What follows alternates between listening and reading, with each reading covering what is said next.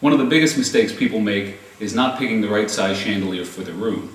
One of the most important rooms in the house is the dining room. It's where you spend a good deal of your quality time, and it's very important to have the right piece for that room. One of the common rules of thumb to figure out the width of the fixture is the room dimension calculation, which is taking the width of the room, adding it to the length of the room, turning that measurement from feet to inches, and using that as the estimate of the width of the fixture. In this case, the room is 16 long by 14 wide. Add those two up, you get 30 feet. Turn the feet into inches, 30 inches. That's a good approximation of how big the fixture should be. Another more important calculation that I like to use is the table width.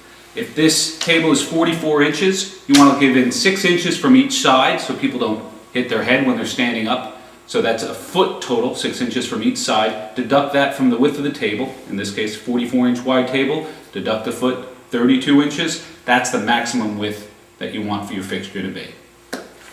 Another common question is how high should the fixture be off the table? Generally, you want the bottom of the fixture to be 5 feet off the floor, which works out to be about 30 inches off the tabletop. If there's one long dangling crystal, I don't count that. I count the first row of substantial bottom of the fixture, which in this case is about here, and that's about 30 inches off the tabletop.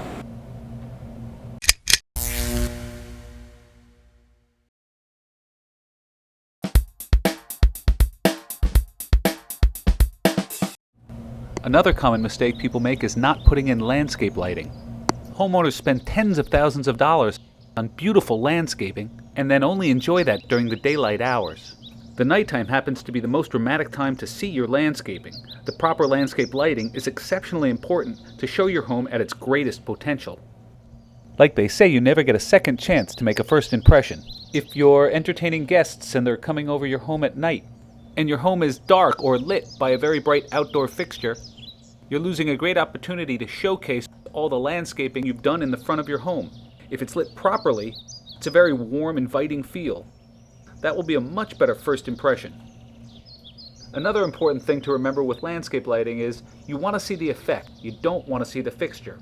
If you drive through neighborhoods, you'll see a home that has some landscape lighting, but your eye is immediately drawn to the fixture, not to the pretty tree or the shrubs that they're trying to light. As you'll see at nighttime, this fixture here, which happens to be an LED fixture from Kichler, does a fantastic job of lighting up this tree, but you don't even see where the light is coming from.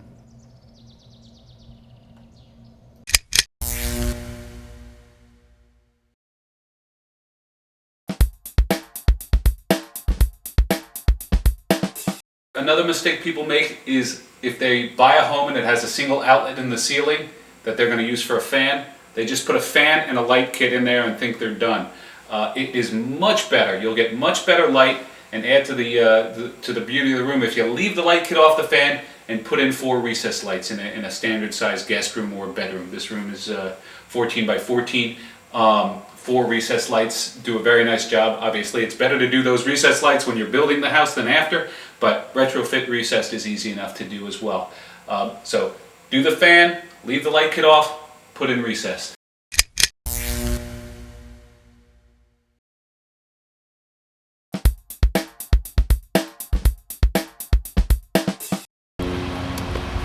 Picking the right size fixture for your outdoor is also a mistake that people go too small.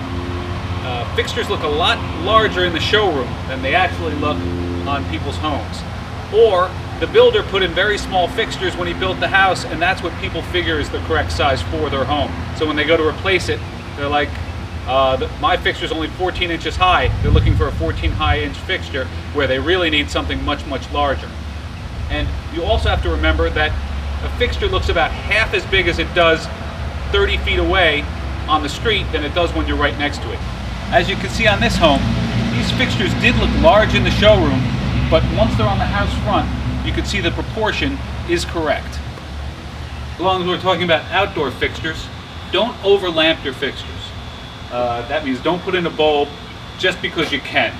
Many of the fixtures are rated for 60 watt bulbs, but 3 60 watt bulbs, 180 watts is much too bright for an outdoor fixture in general usage. Put in 25s, 40 maximum. You can even go down as low as 15 if there's multiple bulbs, because the idea of putting an outdoor fixture is to give a warm, soft glow to the front of your home and of course provide security if you have steps. but you don't want to blind people. You don't want to make it glary. You just want to make the front of your home as inviting as possible. Also, if available, go with a silk-coated bulb, as you see here, to provide a soft, warm glow from each bulb.